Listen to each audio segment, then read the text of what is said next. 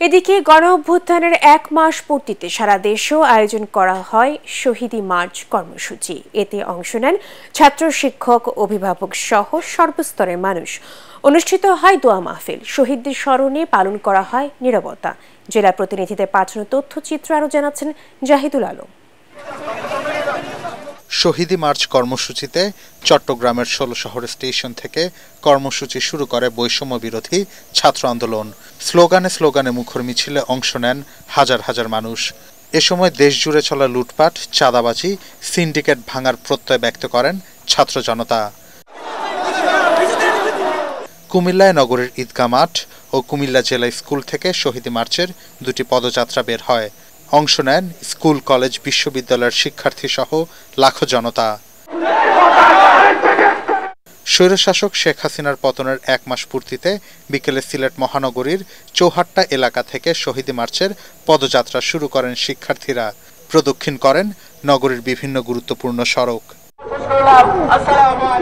খুলনায় গণ অভ্যুত্থানে শহীদদের স্মরণে নিরালার মোড়ে শহীদি মার্চের আয়োজন করা হয়। পরে বৈষম্য বিরোধী ছাত্র আন্দোলনের পক্ষ থেকে দোয়া মাহফিল ও আলোচনা সভা অনুষ্ঠিত হয়। গণ অভ্যুত্থানের ১ মাস পূর্ণ হওয়ায় কিশোরগঞ্জেও বৈষম্য বিরোধী ছাত্র আন্দোলনের ব্যানারে শহীদি মার্চ পালন করেছে সাধারণ শিক্ষার্থীরা। নেতৃত্ব দেন কিশোরগঞ্জ বৈষম্য বিরোধী ছাত্র আন্দোলনের প্রধান সমন্বয়ক অভি চৌধুরী, নুসরাত তাবাসসুম সহ অন্যান্যরা। নাটোরে এ উপলক্ষে নবাব সিরাজউদ্দৌলা সরকারি কলেজের শহীদ মিনার চত্বরে জড়ো হয় শিক্ষার্থীরা। পরে ছাত্র জনতার গণ আন্দোলনে নিহতদের স্মরণে কোরআন তেলাওয়াত ও নীরবতা পালন করেন তারা। রাঙামাটি সরকারি কলেজের পতাকা চত্বর থেকে শহীদি মার্চ শুরু হয়। পরে এটি শহীদ মিনারে গিয়ে শেষ হয়।